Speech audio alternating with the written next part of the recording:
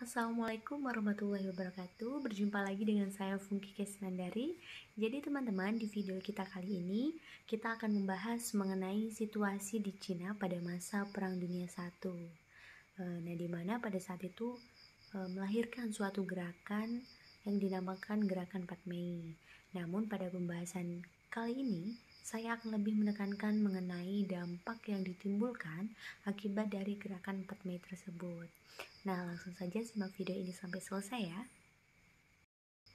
Nah, jadi teman-teman, pada awal mulanya Cina merupakan negara yang menghendaki pemerintahan republik yang demokratis. Namun, presiden yang menjabat di Cina, yaitu pada saat itu Yuan Shikai, itu tidak setuju akan hal itu. Yang mana ia menginginkan Cina itu menjadi kerajaan di bawah pemerintahan kaisar. Nah, hal tersebut membuat kondisi di Cina itu mengalami banyak pergolakan dan pertentangan. Hingga pada saat itu terjadilah Perang Dunia I yang terjadi di Eropa.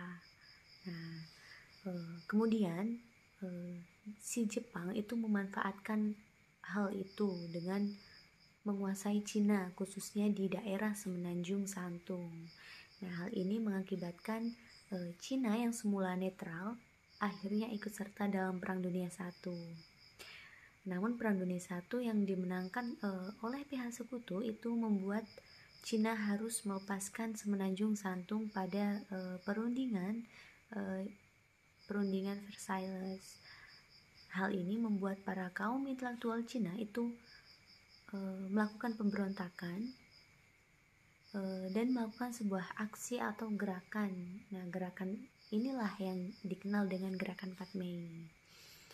Nah, Gerakan 4 Mei ini benar-benar membawa akibat yang besar bagi rakyat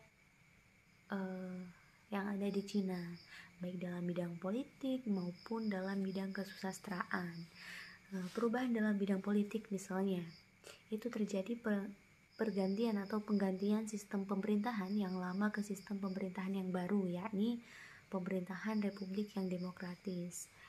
Nah, kedua yaitu di bidang kesusastraan. Hal ini nampak dengan dipakainya bahasa rakyat yaitu bahasa Paihua yang menggantikan bahasa klasik Cina yang semula Wenli, yang mana bahasa Wenli ini merupakan bahasa yang hanya digunakan oleh kalangan tertentu.